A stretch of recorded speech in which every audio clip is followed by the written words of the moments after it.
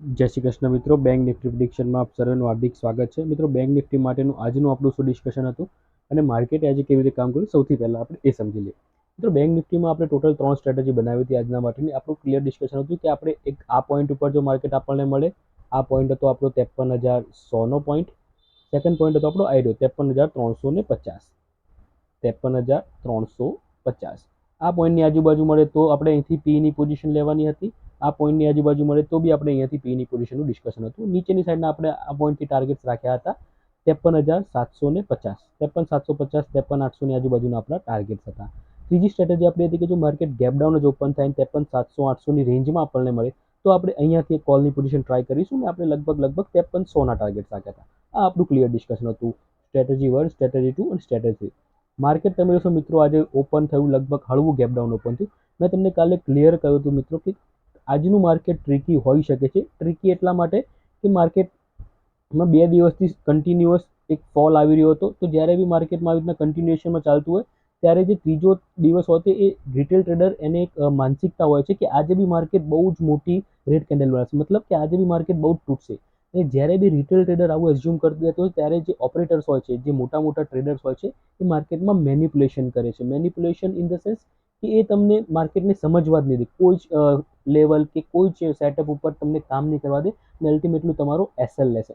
અહીંયા તમે જોશો કે આજે માર્કેટ હળવું ગેપડાઉન ઓપન થયું અને માર્કેટે પહેલી જ કેન્ડલ 300 પોઈન્ટની બનાવી નાખી, ઓલમોસ્ટ 300 પોઈન્ટની. બેંક નિફ્ટીમાં જ્યારે આવી રીતના 300 પોઈન્ટની કેન્ડલ બને એટલે એક આપણી હ્યુમન સાયકોલોજી છે અને એક રિટેલ ટ્રેડરની સાયકોલોજી હોય કે આજે માર્કેટ સુપર બુલિશ છે.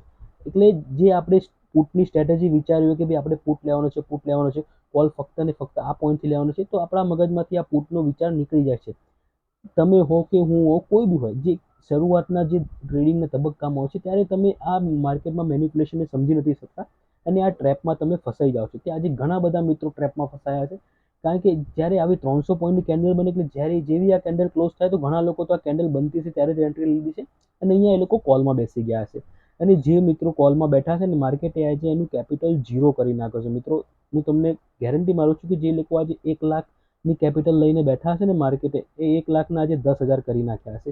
100% કરી નાખ્યા છે. કારણ કે તમે જ્યારે તમારો મગજમાં એક બાયસનેસ આવી જાય છે કે તમે વિચારી લો કે આજે માર્કેટ વધશે જ વધશે, પછી માર્કેટ નીચું આવતું હોય ને તો તમે એમાં એવરેજ કરી જાઓ. તમે આ પોઈન્ટ ઉપર સીમાં એવરેજ કરો, તમે આ પોઈન્ટ ઉપર સીમાં એવરેજ કરો, તમે આ પોઈન્ટ ઉપર સીમાં એવરેજ કરો. તમે એમ નહીં વિચારો કે ભાઈ હું આ પોઝિશનને કટ કરીને થોડી વાર બ્રેક લઉં ને પછી શાંત મગજથી વિચારો. તમે એવરેજિંગ કરતા રહેશો અને જ્યારે એન્ડમાં તમારું એકદમ કેપિટલ ઝીરો થશે ત્યારે તમે લોસ લઈને માર્કેટમાંથી નીકળશો. તો આજે માર્કેટ જે આપણું ડિસ્કશન એ પ્રમાણે એકદમ ટ્રિકી માર્કેટ રહ્યું. પહેલી કેન્ડલ 300 પોઈન્ટની બનાવીને લોકોને ટ્રેપ કર્યા, કોલની પોઝિશનમાં બેસાડ્યા. માર્કેટ સ્લોલી એન્ડ સ્ટેડીલી નીચે આવવા લાગ્યું. કારણ કે જ્યાં સુધી આ લોને ના તોડે ત્યાં સુધી આપણે કોઈ પુટની પોઝિશન લઈ ના શકીએ. એઝ પર ડેનો જે એનાલિસિસ કરીએ, જે આપણે ઇન્ટ્રાડેમાં લાઈવ માર્કેટમાં જે એનાલિસિસ આપણે આપણી વિવેક બુદ્ધિ અનુસાર કરતા હોય છે, તો લાઈવ માર્કેટના એનાલિસિસના બેઝ ઉપર કે જ્યાં સુધી આજનો લો ના તૂટે ત્યાં સુધી આપણે પુટ લઈ ના શકીએ. અને જ્યાં સુધી 300 પોઈન્ટનો જે કેન્ડલ બનાવી છે માર્કેટ ત્યાંથી તો રિજેક્શન થાય નીચે આવ્યું છે, તો કોલનો કોઈ પોઝિશન નથી બનતી. તો અહીંયા જે મિત્રોએ પુટની પોઝિશન જે આ તોડ્યો હશે ફર્સ્ટ કેન્ડલ લો, તો એમને બી કોઈ ખાસ મોમેન્ટમ જોવા નહીં મળ્યો. લગભગ જો તમે જોશો કે 52,900ની આજુબાજુનો લો હતો ને, માર્કેટે લો લગાવ્યો છે 52,900થી 52,817.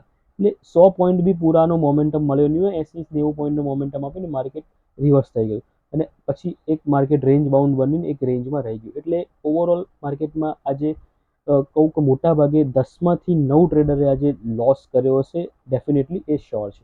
તો આવા માર્કેટમાં મિત્રો તમારે એક જ વસ્તુ યાદ રાખવાની છે કે જ્યારે બી આવો દિવસ કોઈ આપણે પ્રિડિક્ટ ના કરી શકીએ પણ આપણે એઝ્યુમ કરી શકીએ કે આજે ટ્રિકી ડે હોઈ શકે, તો આવા માર્કેટમાં તમારે શું કરવાનું હોય કે તમારે તમારી ક્વોન્ટિટીને લો રાખવાની હોય. ક્વોન્ટિટી લો રાખશો તો તમે એસએલ 3-4 એસએલ લઈ શકશો, તો તમારું કેપિટલને હેમ્પર નહીં કરે. અધરવાઇઝ તમારે આના માટે એક રૂલ્સ બનાવવો પડે કે ભાઈ હું દિવસમાં 2,000, 3,000 કે 4,000 કે 5,000 આનાથી મોટો હું લોસ નહીં લઉં. જો તમે આ બે સેટઅપ ઉપર કામ કરશો તો ડેફિનેટલી તમે એક સક્સેસફુલ ટ્રેડર માર્કેટમાં બની શકશો. મિત્રો, યાદ રાખજો અમારી વાત, તમે જો સક્સેસફુલ ટ્રેડર બનવું હોય, ટ્રેડિંગમાં તમારે લાંબુ કરિયર રાખવું હોય, તો તમારે આ 2 પોઈન્ટ ઉપર અમલીકરણ કરવું પડશે. હવે આવતીકાલે બેંક નિફ્ટીમાં એટલે ટ્રેડિંગ સ્ટોક માર્કેટમાં આપણી કાલે રજા છે ગાંધી જયંતિના લીધે. તો 3 ઓક્ટોબરે એટલે કે ગુરુવારે માર્કેટમાં આપણે કેવી રીતે કામ કરી શકીએ આપણે એ સમજી લઈએ. મિત્રો એ પહેલાં હું તમને એક વખત વન ડેના ચાર્ટ ઉપર બેંક નિફ્ટી દેખાડવા માંગીશ કે વન ડેના ચાર્ટ ઉપર બેંક નિફ્ટી ચાર્ટ કેવો દેખાઈ રહ્યો છે અને અહીંયાથી આપણે આગળ બેંક નિફ્ટીને ક્યાં જોઈ શકીએ છીએ. તો અહીંયાથી ડેફિનેટલી બેંક નિફ્ટીમાં મને એક પોઝિટિવ સાઇન દેખાઈ રહી છે. પોઝિટિવ સાઇન એ કે જે આજની જે કેન્ડલ બની છે મિત્રો, આ ઇન્વર્ટેડ હેમર બની છે. આ કેન્ડલ જે બની છે ને, આ એક ટ્રેન્ડ રિવર્સલ કેન્ડલ આપણે માની શકીએ. ટ્રેન્ડ રિવર્સલ કેન્ડલ આને આપણે માની શકીએ. આ ટ્રેન્ડ રિવર્સલ કેન્ડલ આપણે ક્યારે માનીશું કે ગુરુવારે કોઈ પણ સંજોગોમાં આ કેન્ડલનો લો બ્રેક ના થવો જોઈએ. જો આ કેન્ડલનો લો બ્રેક થયો તો આપણે આ પોઈન્ટને મગજમાંથી નીકાળી દઈશું. તો ફર્ધર મેં તમને આ પોઈન્ટ કીધા 53,340, 53,000 આ લેવલ્સ આપણે માર્કેટ્સમાં જોઈ શકીએ છીએ. 52,000, 52,340 આ લેવલ્સ આપણે આવનારા વીકમાં જોઈ શકીએ છીએ. પણ જો કાલે એટલે ગુરુવારે આ લો બ્રેક નથી થતો તો અહીંયાથી આપણે માર્કેટમાં એક રિવર્સલ આવી રીતના જોઈ શકીએ છીએ. તો આ એક મારું અંદરનું ગટ ફિલિંગ એવું કહે છે કે આ એક ટ્રેન્ડ રિવર્સલ કેન્ડલ છે અને ગુરુવારથી માર્કેટ આ એક ટ્રેન્ડ રિવર્સ એટલે અપર સાઇડ માર્કેટ ધીમે ધીમે સ્લોલી એન્ડ સ્ટેડી અપ કન્ટિન્યુએશનમાં જઈ શકે છે. પણ આપણે બાયસ નથી થવાનું, આપણે આપણા લેવલ્સ માર્ક કરી રાખવાના છે અને એના બેઝ ઉપર આપણે ટ્રેડ કરવાનો છે. તો ગુરુવાર માટેનું સૌથી ઇમ્પોર્ટન્ટ લાઇન જે આજનો લો છે, જો એ લો બ્રેક નહીં કરે માર્કેટ તો ડેફિનેટલી આપણને આવનારા દિવસોમાં માર્કેટમાં તેજી જોવા મળી શકે છે. તો આપણે 5 મિનિટના ચાર્ટ ઉપર આપણા ડિસ્કશનને સ્ટ્રેટેજીમાં કન્વર્ટ કરી લઈએ.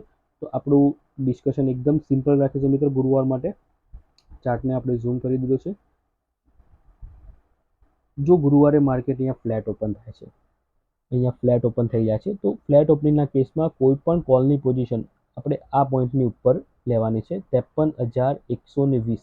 53,120નું લેવલ તમે માર્ક કરી રાખો. 53,120ની ઉપર તમે કોલની પોઝિશન ટ્રાય કરી શકો. ઉપરની સાઈડના તમે ટાર્ગેટ 53,425. જો માર્કેટ કન્ટિન્યુએશનમાં જાય છે તો 53,730.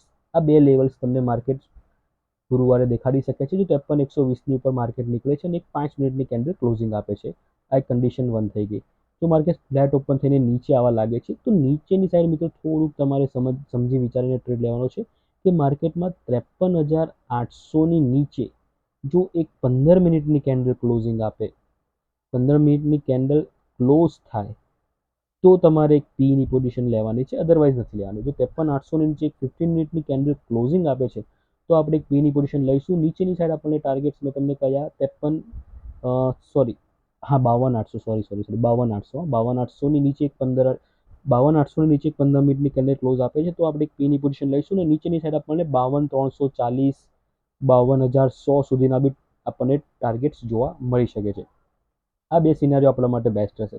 જો માર્કેટ થર્ડ કન્ડિશનમાં કે ગેપ અપ ઓપન થાય છે, ગેપ અપ ઓપનિંગ 53,120ની ઉપર થાય છે તો આપણે એ જોવાનું છે કે માર્કેટ 53,120ની ઉપર સસ્ટેન કરે છે કે નહીં. સસ્ટેન ઇન ધ સેન્સ કે માર્કેટ એવું ના થાય કે અહીંયા ગેપ અપ ઓપન થાય ને પહેલી જ મોટી રેડ કેન્ડલ બનાવીને આ લેવલની અંદર આવી જાય તો પછી આ માર્કેટ આપણા માટે બકવાસ થઈ જશે. પછી માર્કેટ એ જ આ રેન્જ બાઉન્ડમાં અહીંયા ફરી જશે 53,120થી માંડીને 52,900 સુધીના આ 200-250 પોઈન્ટની રેન્જમાં માર્કેટ રહેશે અને સાઇડવે રહેશે.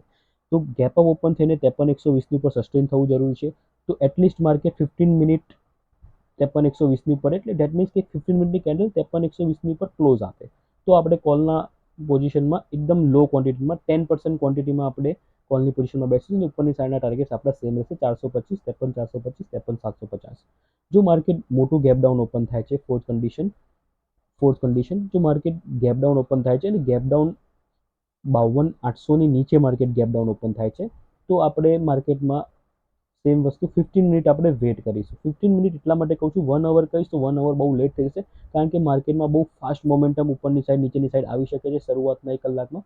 એટલા માટે આપણે 15 મિનિટ લઈને ચાલીએ છીએ કે 15 મિનિટની કેન્ડલ જો 52,800ની નીચે જ રહે છે, માની લો માર્કેટ અહીંયા ઓપન થયું અને 15 મિનિટની કેન્ડલ બી જે ક્લોઝ આપે છે એ 52,800ની નીચે જ ક્લોઝિંગ આપે છે તો ડેફિનેટલી આપણે આપણો જે વ્યૂ રાખીશું એ નેગેટિવ રાખીશું અને આપણા 52,340, 52,100, 52,000ના લેવલ્સ આપણા માટે ઓપન થઈ જશે.